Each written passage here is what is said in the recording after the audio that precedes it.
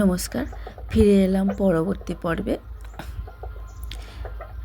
দুপুরে আমরা মাছ দিয়ে লাঞ্চ করেছিলাম। তারপরে সবাই ঘুমাতে গেছে, আর যে বাচ্চাটা অসুস্থ ছিল সেও একটু মুড়ি খেয়ে সেও এখন ঘুমাচ্ছে। আমি তো আমার দুপুরবেলা বিশেষ করে কোথাও বেড়াতে গেলে আমার ঘুম আসে না, চারপাশটা ঘুরেই দেখি। যাই হোক, যেটা ভুটানের আদিবাসীরা নিজেদেরকে ডুকপা নামে অভিহিত করতে ভালোবাসেন। তিব্বতী ভাষায় ডুক শব্দের অর্থ বজ্র দেবতা ড্রাগন এবং পা শব্দের অর্থ অধিবাসী। এখান থেকে এসেছে ডুকপা।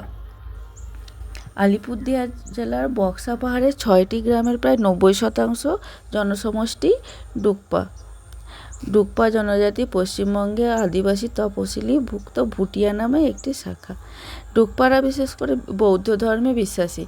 আর ডুকপাদের সামাজিক উৎসব বা ধর্মীয় উৎসব খুব একটা নেই, আর এরা বিয়েতেও কোনো অনুষ্ঠান হয় না। ডুকপারা পুনর্জন্মে বিশ্বাস করেন, আর এদের তীর খেলাটা এদের কাছে খুব জনপ্রিয়। এখন একটা লোসার উৎসব হয়, ওখানেও তীর প্রতিযোগিতা হয়।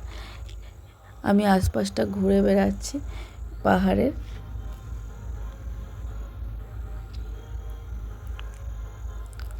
এই পথ দিয়ে আমরা মনাস্ট্রির কাছে চলে যাব।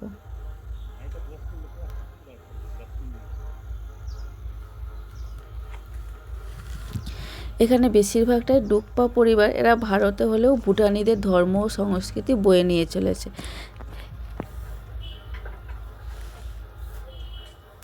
এখান থেকে Rovers point, Pamsey, Rupam valley trek হয়। আর একটা পুরানো সিল্ক রুটের একটা অংশ। এখান দিয়ে কোচবিহার থেকে ভুটান ও তিব্বতীদের সাথে সিল্কের ব্যবসা হতো ঘোড়া পথে। আর সেই পথের ভাঙাচোরা এখনও কিছুটা দেখা যায় আরও উপরের দিকে গেলে। আর প্রেয়ার হুইলগুলো ঘোরাতে খুব ভালো লাগে। আমি যখন আসি তখন এখানে যে পূজা করেন উনি পূজারি এসেছিলেন, আর মনাস্ট্রিটা পুরো ভেতরে ঘুরে দেখিয়েছিলাম, সেটা পরে দেখাবো। বিকেলবেলা আমি একা একাই চুপচাপ বসেছিলাম সারাটা ওই 4টে পর্যন্ত। তারপরে সবাই উপরে উঠে এসেছিলো। এখান থেকে এটা মনাস্ট্রির বাইরের অংশগুলো পুরোটা। আগে পুরোনোটা অন্যরকম ছিল, এটা নতুন করে তৈরি হয়েছে। এটা গেট।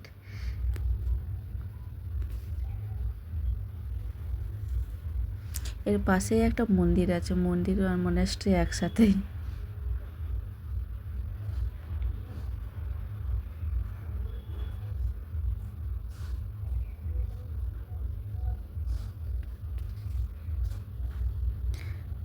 উপর থেকে আমাদের নিচের ওই মাচাখানা।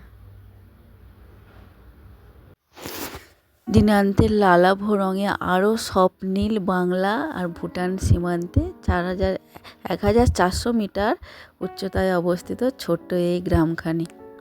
আর নিচে বয়ে চলেছে ডিমা নদী। এটা প্রধানত আলিপুরদুয়ারের উপর দিয়েই বয়ে চলেছে। হিমালয় থেকে সৃষ্টি হয়েছে, যেটা আসামে ধানসিঁড়ি নামেও পরিচিত। পাহাড় এখানে সামান্য চ্যাটালো হয়ে সুযোগ দিয়েছে মানুষকে ঘর বসাবার। ধ্বংস করে দাও আমাকে ঈশ্বর, আমার সন্ততি স্বপ্নে থাক। নিওলিথিক পাহাড়ি ল্যান্ডস্কেপে জীবনের হিরণ্য রং। গ্রামের শেষ প্রান্তে নিঝুম হয়ে বসে আছে এক বৌদ্ধ মঠ। স্কোয়াশ মাচার ফাঁক দিয়ে গড়িয়ে পড়েছে দিনের অন্তিম সূর্যকোনা দল। ওই বাড়ি ফিরে যায় বনবাসী ল্যাচোরা টিয়ার ঝাঁক। আর দূরে গ্রেট বারবেটের মন খারাপি সুর পাহাড় জঙ্গল ভেদ করে ছয়ে যাচ্ছে। গোধূলি বন ঘনাইছে বনে বনে। আমরা আর কি করি, নিচে নেমে এলাম। এরপর চা আর পেঁয়াজ পকোড়া খেতে খেতে ফুবাজির সঙ্গে আমাদের গল্প চলছে, যতক্ষণ না আমাদের জন্য ডিনার রেডি হয়।